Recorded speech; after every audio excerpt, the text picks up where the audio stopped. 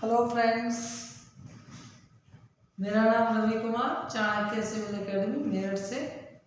देखिए, हमने अभी स्टार्ट किया था भूगोल। भूगोल में हमने सबसे पहले आप लोगों को बताया अक्षांश और देशांतर। अक्षांश देशांतर में हम आपको समय भी करना, कैसे लंबाई निकाली जाती है, कैसे चौड़ाई निकाली जाती है, इस सब के बारे में हम आपको बता चुके हैं। अगर किसी को कोई भी प्रॉब्लम हो या कोई भी क्वेरी हो तो आप हमें कमेंट कर सकते हैं। आपके कमेंट का 24 घंटे के अंदर आपको जवाब दे दिया जाएगा। अब अक्षांश देशांतर के बाद आज हम स्टार्ट कर रहे हैं भारत का भूगोल। रीजनिंग की क्लासेस के साथ साथ जीएस की क्लास और हिंदी की क्लास तीनों स्टार्ट हो जाएंगी। रीजनिंग तो चल ही रहा है, आपको एक टॉपिक डेली मिल रहा है। और अब ज्योग्राफी, भारत का भूगोल आज हम शुरू कर रहे हैं, क्योंकि सभी परीक्षाओं में विश्व भूगोल से ज़्यादा क्वेश्चन भारत के भूगोल से आते हैं। किससे आते हैं?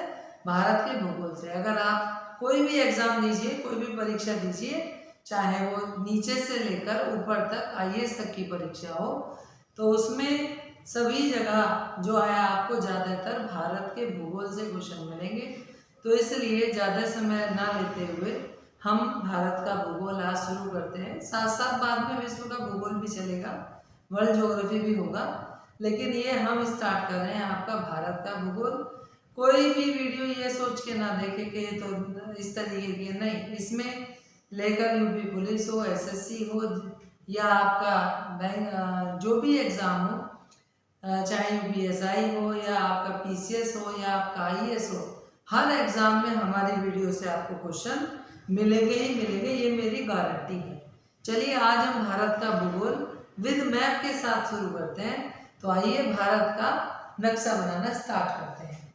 देखिए, क्योंकि आज का जो हमारा चैप्टर है वो चैप्टर है भारत का अवस्थिति या विस्तार, या हम कह सकते हैं कि भारत का फिजिकल पूरा भूगोल, भारत का भूगोल, जिसकी हम बात कर रहे हैं आज कि उसका ज्योग्राफी क्या है, कितने में फैला है, कितना क्षेत्रफल है, कितना अक्षांश है, कितना देशांतर है, सब कुछ आज हम यहाँ डिटेल करेंगे। कितने राज्य हैं, कितने यूनियन टेरिटरी हैं।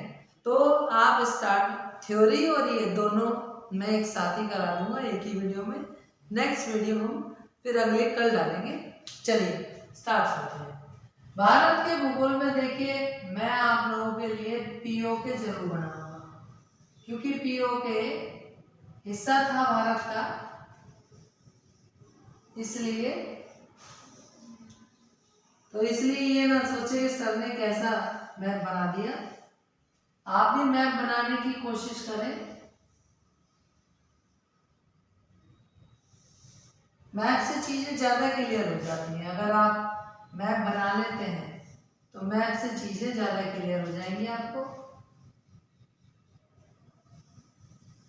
और आपको राज्यों का, इनका सबका पता चल जाएगा। इसलिए सभी लोग मैप बना लिया करें।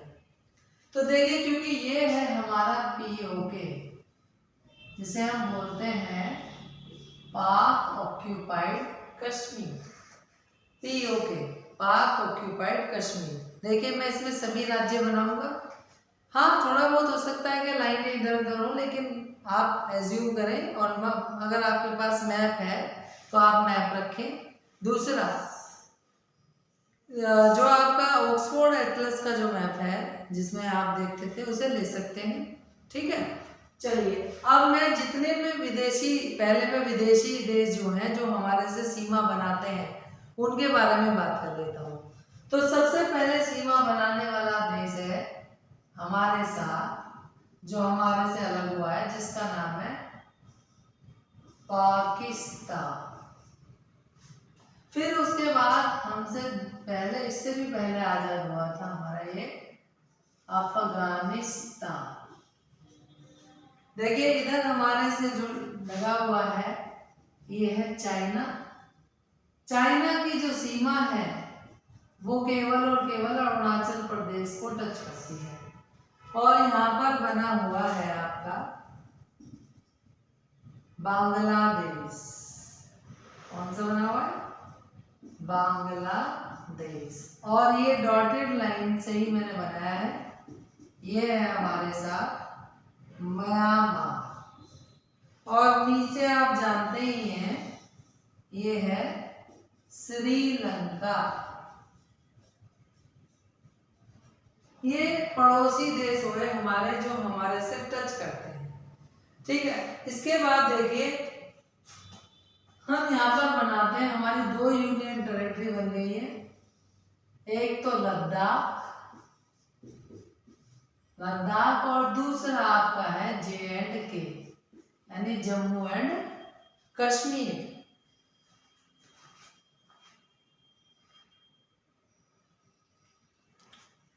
अब इसके बाद हमारा यहाँ से स्टार्ट करते हैं, तो ये आता है हमारा 2 राज्य आते हैं। इसको तो बोलते हैं हिमाचल प्रदेश और इसको बोलते हैं उत्तराखंड UT। इसके बाद हमारा यहाँ पर लगा हुआ है पंजाब और यहाँ लगा हुआ है हमारा हरियाणा।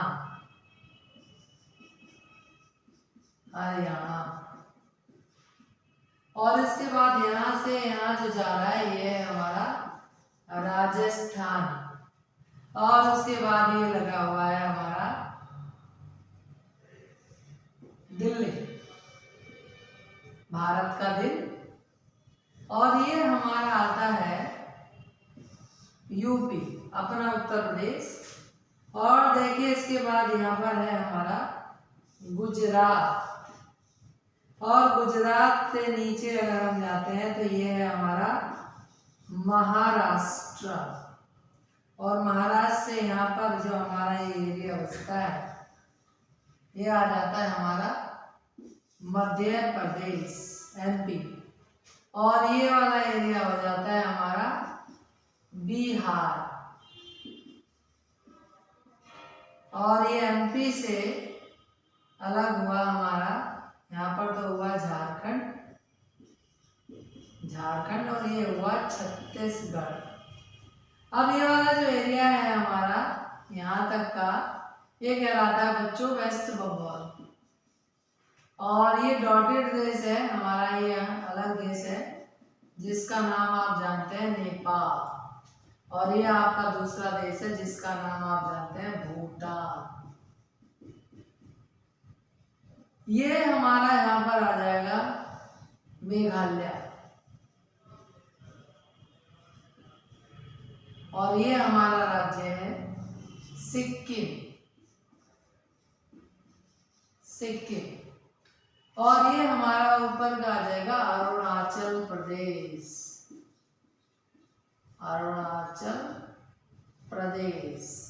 केवल अरुणाचल प्रदेश ही है जिससे केवल चाइना की सीमा लगती है और भारत से कहीं भी सीमा नहीं लगती। देखिए नेक्स्ट आगे आते हैं, ये है हमारा असम। और ये है हमारा नागालैंड।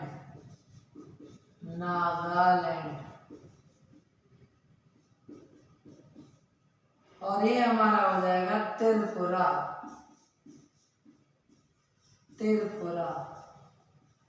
और ये हमारा हो जाएगा मिजोरम। और ये हो जाएगा मणिपुर। बच्चों को थोड़ा सा टिपिकल लगता है कि ईस्टर्न स्टेट जो होते हैं वो आसानी से थोड़ा भूल जाते हैं, याद नहीं हो पाते हैं, तो इसलिए मैंने पहले वही बनाए हैं। इसके बाद ये हमारा है ओडिशा। और ये आ जाएगा हमारा आंध्र प्रदेश, जो कि अभी 2 जून 2014 को अलग हो गया है आंध्र प्रदेश। और ये हुआ हमारा तेलंगाना। आंध्र प्रदेश से अलग हुआ है। तेलंगाना की कैपिटल हैदराबाद और आंध्र प्रदेश की कैपिटल है बच्चों अमरावती। इसके बाद हमारा यहाँ पर आ जाता है गोवा। और फिर गोवा के बाद ये आ जाएगा हमारा केरला। और ये आ जाएगा हमारा तमिलनाडु। तमिलनाडु और ये हो जाएगा कर्नाटका। ये हमारा हुआ भारत के जितने भी राज्य थे, मैंने आपको सारे मैप पर बना दिए। अब हम बात करते हैं, यहाँ से एक लाइन जाती है जो 23.5 डिग्री होती हुई वेस्ट बंगाल से होती हुई जाती है, जिसे हम बोलते हैं 23.5 डिग्री हाफ नॉर्थ यानी उत्तर, कर्क रेखा। कर्क रेखा जिसे हम बोलते हैं tropic of cancer. Hindi English दोनों में बताऊंगा, ऐसी कोई दिक्कत नहीं है। अभी हमारे 8 राज्यों से होके जाती है। फिर हम बात कर लेते हैं भारत की देशांतर स्थिति। भारत की देशांतर स्थिति की बात करूं तो भारत 68 डिग्री 7 मिनट ईस्ट से शुरू होता है और यहाँ अरुणाचल प्रदेश में 97 डिग्री 25 मिनट ईस्ट यानी पूर्व में स्थित है। क्योंकि देखिए मैं आपको समझा देता हूँ, हमने ये बनाया था पृथ्वी। पृथ्वी में आपको पहली वीडियो में बताया था, ये था हमारा भूमध्य रेखा और यहाँ से 8 डिग्री से 37.6 8.4 8 डिग्री 4.9 से 37.6 और भारत की यहाँ पर स्थिति दी है 68 डिग्री 7 मिनट पूर्व से 97 डिग्री 25 मिनट पूर्व। ये भारत की स्थिति अक्षांश और देशांतर स्थिति। अब आप जानते हैं कि भारत पूरा का पूरा पूर्वी गोलार्ध में है। किसमें? उत्तर पूर्वी गोलार्ध में है। उत्तर पूर्वी गोलार्ध में है। अगर भारत की हम यहाँ पर बात करते हैं अक्षांश की, तो 8 डिग्री 4 मिनट उत्तर यानी पूर्व से शुरू होकर ये यहाँ पर आपका 37 डिग्री 6 मिनट उत्तर में स्थित है। यह अक्षांश स्थिति हो गई भारत की। ये 68.7 से 97 डिग्री 25 पॉइंट आपकी क्या हो गई भारत की, ये देशांतर स्थिति हो गई। अब एक रेखा होती है जो स्टार्ट होकर 5 राज्यों से होती हुई जाती है, जिसे बोलते हैं भारत की मानक समय रेखा 82.5 डिग्री, जो कि भारत का मानक समय है। क्या है? भारत का मानक समय है। भारत का मानक समय की रेखा जो है 5 राज्यों से होती हुई जाती है। अब इस पर देखिए, यहाँ पर सबसे छोटा द्वीप है हमारा, जिसका नाम है लक्षद्वीप। लक्षद्वीप हालांकि मैंने केवल यहाँ पर बनाया क्योंकि ये बात अगली हम द्वीपों में करेंगे, द्वीप के अगले टॉपिक में। यहाँ पर आपके अंडमान निकोबार द्वीप माला आ जाएगी। अंडमान निकोबार, अंडमान निकोबार, ये हम द्वीपों में बात करेंगे। ठीक है, ये है आपका bay of Bengal, bay of Bengal, और ये आपका अरेबियन सी यानी अरब सागर, अरेबियन सी यानी जिसे हम बोलते हैं अरब सागर। अब हम इस भूगोल के इसमें थोड़ा सा बात कर लेते हैं कि एक चीजें क्लियर हो जाएंगी हमारी। फिर उसके बाद द्वीपों के लिए अगर हम बात करेंगे तो द्वीपों के लिए अगले चैप्टर में बात करेंगे। चलिए इसकी थ्योरी आप डाल लीजिए, समझाता चलता हूँ। देखिए यह आप लोगों ने बना लिया होगा। भारत की अगर हम बात करें, आप इसका स्क्रीनशॉट भी ले सकते हैं। भारत की अगर हम बात करते हैं तो भारत का क्षेत्रफल 32,87,000। कितना क्षेत्रफल है भारत का? क्षेत्रफल है यानी इसको हम बोलते हैं एरिया। एरिया है 32,87,263 वर्ग किलोमीटर बोल देते हैं तो या स्क्वायर किलोमीटर बोल देते हैं। इस क्षेत्रफल के आधार पर भारत का विश्व में अगर हम बात करें तो विश्व में भारत का 7वां स्थान है, 7th है। किसके बाद है 7वां स्थान? अगर आप ये देखना चाहते हैं तो देख लीजिए, रसिया, यानी पहले नंबर पर है रूस। दूसरे नंबर की अगर हम बात करते हैं रसिया के बाद, दूसरे नंबर पर आपका आ जाएगा कनाडा। कनाडा तीसरे नंबर की अगर हम बात करें तो कनाडा के बाद आ जाएगा हमारा चाइना यानी चीन। चौथे नंबर की अगर हम बात करें तो चौथे पर आ जाता है हमारा यूएसए। पांचवे की अगर हम बात करें तो पांचवे पर हमारा आ जाएगा ब्राजील। ब्राजील और छठे में आपका ऑस्ट्रेलिया। ऑस्ट्रेलिया और 7वें पर अपना भारत। अब इस क्षेत्रफल के आधार पर अगर हम बात करें तो भारत का विश्व में, इस क्षेत्रफल के आधार पर भारत का विश्व में अगर हम परसेंटेज की बात करें तो भारत के पास विश्व के हिसाब से 2.4% हिस्सा है। कितना हिस्सा है लैंड एरिया का? 2.4% हिस्सा है क्षेत्रफल के आधार पर। और भारत कौन से स्थान पर है? 7वें स्थान पर है। समझ में आ गई बात? क्षेत्रफल आप समझ गए, 32,87,263 वर्ग किलोमीटर। ठीक है। अब अगर हम अगली बात करते हैं, देखिए कि भारत, अगर हम बात करते हैं भारत की अक्षांश स्थिति, तो अक्षांश स्थिति के लिए हम बता चुके हैं आपको 8 डिग्री 4 मिनट उत्तर से 37 डिग्री 6 मिनट उत्तर है। अब हमने आपको बताया था कि अक्षांश से हम क्या निकालते हैं? अक्षांश से हम किसी भी देश की लंबाई निकालते हैं।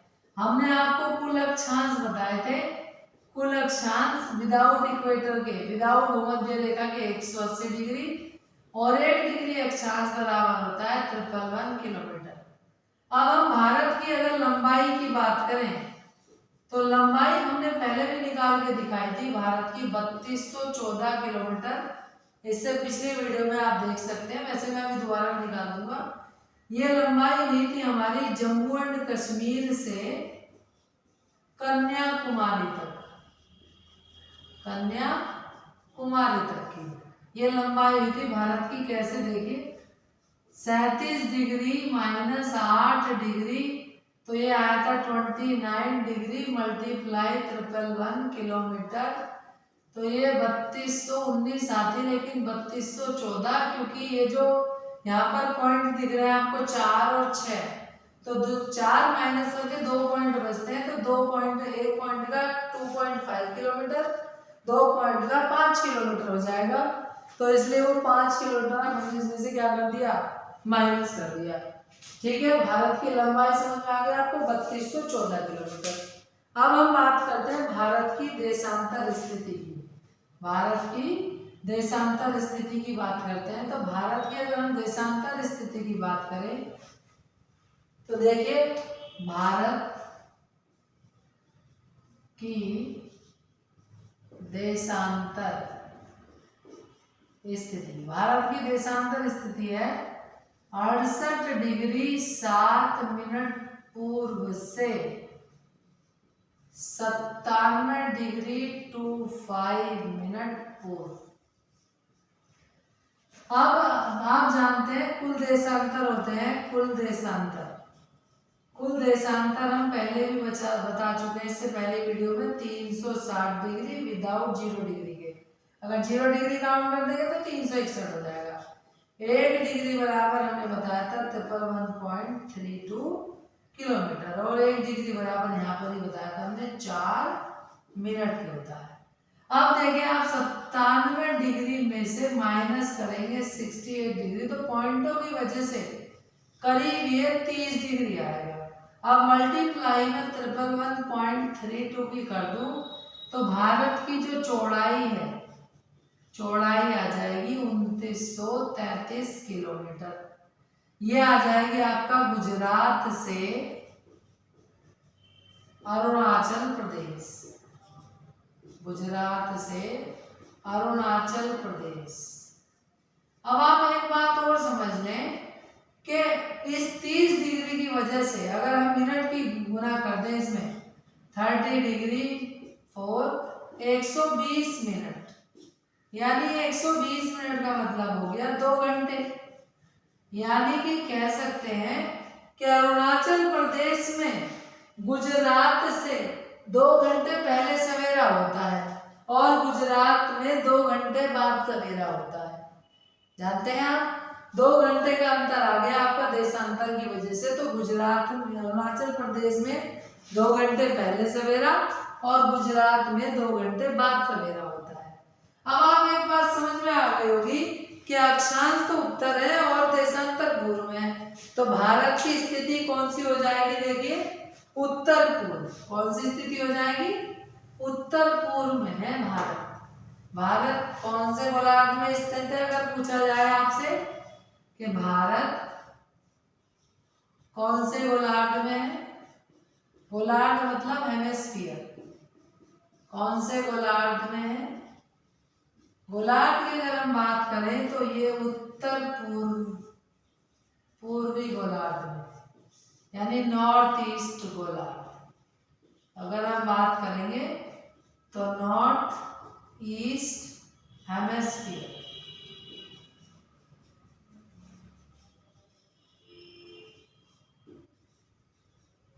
समझ में आ गई होगी आपको मेरी बात।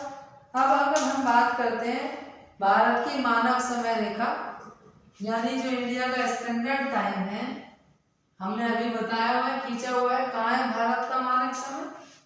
अगर हम बात करते हैं भारत का मानक समय, भारत के मानक समय की अगर बच्चों हम बात करते हैं तो भारत का मानक समय 82.5 डिग्री पूर्व देशांतर है। कितना है? ईस्ट देशांतर, यानी पूर्व देशांतर है। अब इस 82.5 डिग्री जो है ये इलाहाबाद के, यानी आज प्रयागराज है, इलाहाबाद या प्रयागराज की बात करें, इलाहाबाद के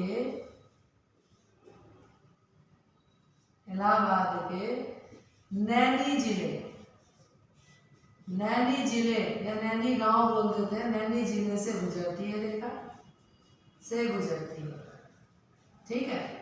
अब अगर इसी देशांतर के हिसाब से हम बच्चों बात करें तो 0 डिग्री जो है, 0 डिग्री विश्व ग्रीनविच रेखा, यानी इंग्लैंड हमसे कितने घंटे पीछे है? 5.5 घंटे। कैसे? अभी देशांतर में आपने बात करी थी कि 1 डिग्री बराबर 4 मिनट के होता है, तो 82.5 डिग्री देशांतर मल्टीप्लाई 4, 4 दूनी 8, 4 8 32 और हाफ का कितना हो जाएगा? 2 मिनट प्लस 2, तो 330 मिनट आ गए। अब 330 मिनट को आप कन्वर्ट करोगे तो 5 घंटे 30 मिनट आ गए, यानी इंग्लैंड हमसे 5 घंटे 30 मिनट पीछे है, यानी 0 डिग्री से अगर हम देखते हैं। अब अगर हम बात करते हैं यहीं पर कि भारत की मानक समय रेखा कितने राज्यों से होकर गुजरती है, इसको रफ कर देते हैं, कितने राज्यों से होकर गुजरती है। तो हमने बताया था अभी आपको 5 राज्यों से। कितने राज्यों से होकर गुजरती है? 5 राज्यों से गुजरती है मानक समय रेखा। कौन कौन से हैं देखिए मानक समय रेखा। सबसे पहले तो आप बात कर ले नंबर 1 पर यूपी, क्योंकि यूपी से गुजरती है। नंबर 2 पर बात कर ले हम झारखंड। नंबर 3 पर बात कर ले छत्तीसगढ़। नंबर 4 पर बात कर ले तो ओडिशा, और नंबर 5 पर बात कर ले तो आंध्र प्रदेश। यानी इन 5 राज्यों से होकर हमारी 82.5 डिग्री मानक समय रेखा गुजरती है। इन 5 राज्यों से आपसे अगर क्वेश्चन पूछा जाए तो आप बताएंगे इन 5 राज्यों से होकर हमारी मानक समय रेखा गुजरती है। समझ में आ गई होगी ये बात, 5 राज्य। चलिए अब चलते हैं हम 23.5 डिग्री कर्क रेखा के बारे में। देखिए 23.5 डिग्री कर्क रेखा कितने राज्यों से होकर गुजरती है, पहले तो यही देख लीजिए। 23.5 डिग्री आपका लिखा हुआ है, 23.5 डिग्री यानी ट्रॉपिक ऑफ कैंसर कितने राज्यों से बाहर पास होती है, सीक्वेंस से बता रहा हूँ। नंबर 1 पर गुजरात, नंबर 2 पर मध्य प्रदेश, नंबर 3 पर झारखंड, नंबर 4 पर छत्तीसगढ़,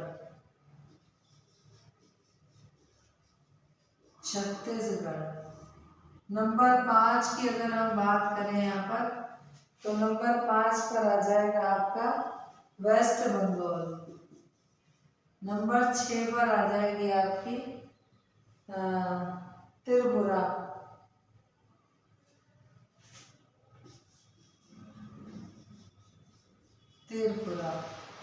और नंबर 7 त्रिपुरा के बाद नंबर 7 आ जाएगा मिजोरम,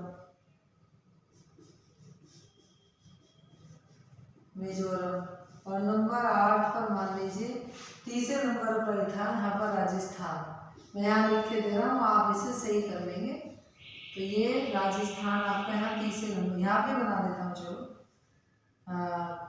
दूसरे नंबर पर था राजस्थान, तीसरे पर हो गया एमपी,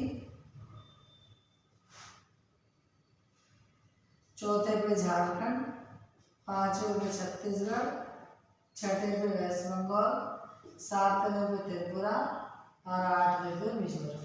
तो हमारी कर्क रेखा भारत के 8 राज्यों से क्या होती है, गुजरती है। ठीक है, ये 8 राज्य आप देख लीजिए। इसके बाद अगर हम बात करते हैं कि भारत की कर्क रेखा के समीप, देखिए भारत की कर्क रेखा पर क्वेश्चन आता है, भारत की कर्क रेखा पर यानी ट्रॉपिक ऑफ कैंसर पर, कर्क रेखा पर कौन से देश की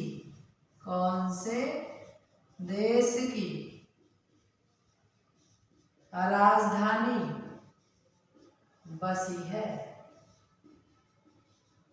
तो देखिए इस पर आती है झारखंड की राजधानी,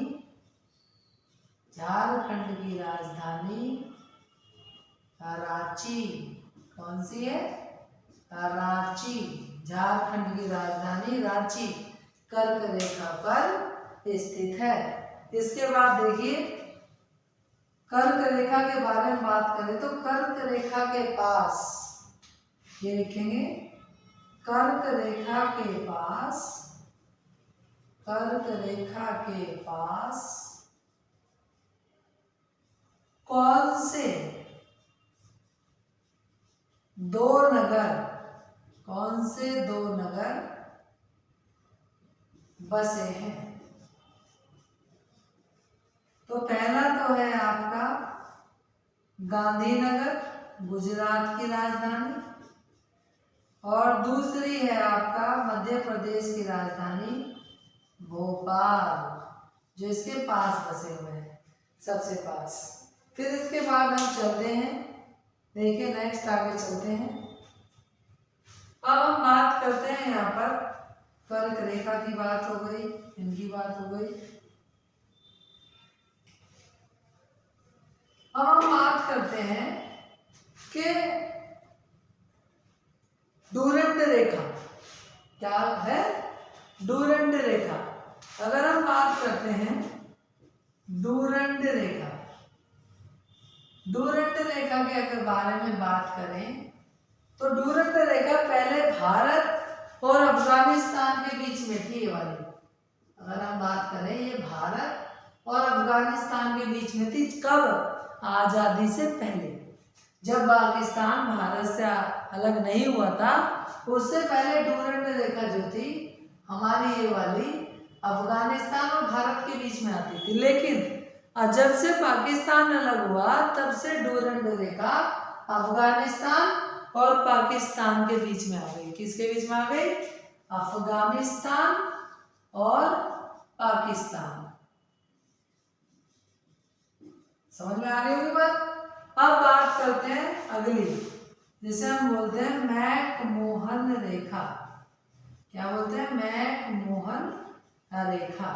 अगर हम मैकमोहन रेखा की बात करते हैं बच्चों, तो मैकमोहन रेखा हमारी आपका चीन और भारत के बीच में है। लेकिन बहुत से बच्चों को यह कि पूरा चीन और भारत लगा हुआ नहीं, इस बात को ध्यान रखेंगे बच्चों कि केवल और केवल ये जो मैकमोहन रेखा है ये केवल अरुणाचल प्रदेश और चीन के बीच में है।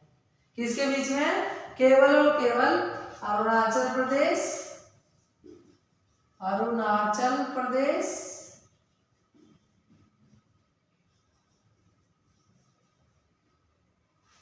एंड चीन यानी चाइना के बीच में आती है। और तीसरी है हमारी जिसे हम बोलते हैं रेड क्लिफ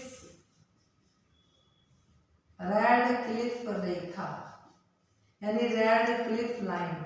ये रेड क्लिफ एक पर्सन थे, रेड क्लिफ कमीशन के उस पर ये हमारी रेखा बनी थी, जो कि हमारे भारत और पाकिस्तान यानी यहाँ से लेकर ये जो लाइन ऊपर तक जा रही है भारत और पाकिस्तान के बीच में है। रेड क्लिफ कमीशन एक व्यक्ति थे, उन्होंने बनाया भारत और पाकिस्तान के बीच जाती है रेड क्लिफ रेखा। ठीक है। अभी अगर हम और बात करें तो ऐसे कितने राज्य हैं भारत में, ऐसे कितने राज्य हैं जिनकी सीमा 3 देशों से लगती है? जो हो गया होगा तो देखेंगे भारत के ऐसे कितने राज्य हैं जिनकी सीमा 3 देशों से लगती है। यानी भारत के कितने राज्य हैं जिनकी सीमा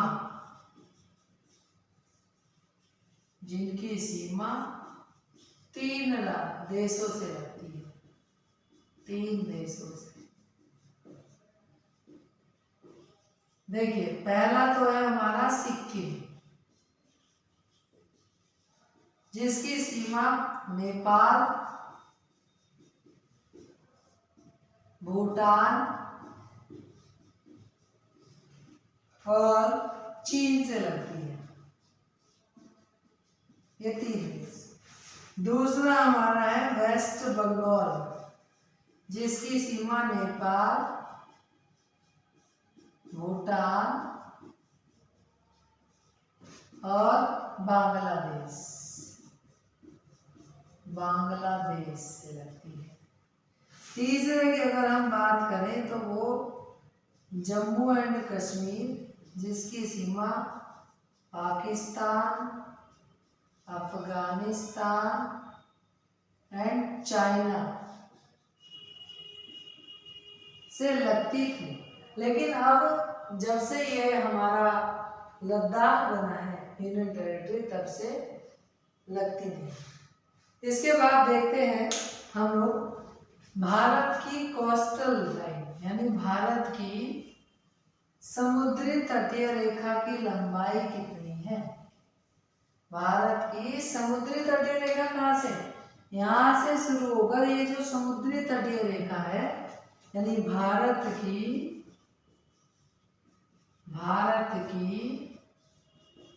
समुद्री तट रेखा की लंबाई यानी लेंथ कितनी है, तो 7516 किलोमीटर। और यहीं पर आपसे पूछी जाए भारत की स्थल रेखा की लंबाई, तो वो है आपका 15,200 200 किलोमीटर। अगर कभी आपसे स्थल या समुद्री नदी हो तो आप क्या करें, आप दोनों को जोड़ दें और जो यही पूछे भारत के चारों ओर की लंबाई कितनी है, तो आप दोनों को जोड़कर बताएंगे 15,200 और 7,516 प्लस कर देंगे तो 22,716 किलोमीटर आ जाएगी। देखिए वीडियो को ज़्यादा लंबा ना करते हुए अब मैं यहीं पर विराम दे रहा हूँ, लेकिन आपको जो जो मैंने लिखवाया है आप वो नोट्स में लिखें, ठीक है। बाद बाकी ये मैप जरूर बनाएं आप, और इसमें कोई भी चीज़ आपको कहीं भी समझ ना आई हो तो आप कमेंट कर सकते हैं। हालांकि अवस्थिति में मैंने इतना बताया है, अभी इसमें अगली वीडियो में हम द्वीपों और उनके बारे में बात करेंगे, तो दूसरा टॉपिक हमारा वो होगा। लेकिन इस वीडियो में आपको मैंने भारत की जितनी भी ज़्यादा से ज़्यादा जानकारी दी जा सकती थी, क्योंकि सबसे ज़्यादा इस अवस्थिति में से भी क्वेश्चन भारत के में से पूछे जा सकते हैं और पूछे गए हैं और पूछे जाएंगे। तो आप इसको ढंग से नोट्स बना लें जो जो मैंने आपको पढ़ाया है, और बाद बाकी आप इसको भी बना लें, मैप को भी। अगली वीडियो में हम द्वीपों के साथ आपको मिलेंगे। अगर ये वीडियो आपको मेरी वीडियो अच्छी लगी हो तो आप इसे लाइक करें, सब्सक्राइब करें और दूसरों के साथ भी शेयर करें। मैं आपके लिए ऐसी ही अच्छे से अच्छी वीडियो बनाकर लाता रहूँगा। ये वीडियो फ्री ऑफ कॉस्ट है। आप अपने दोस्तों को जो पढ़ने में जिनके पास पैसा नहीं है, जो बेचारे भाई तैयारी करना चाहते हैं या जो नहीं आ सकते, तो उन लोगों को ये वीडियो आप शेयर करें और सभी के लिए ये वीडियो बेनिफिशियल रहेगी, सभी एग्जामों के लिए। ठीक है, धन्यवाद। ओके दोस्तों।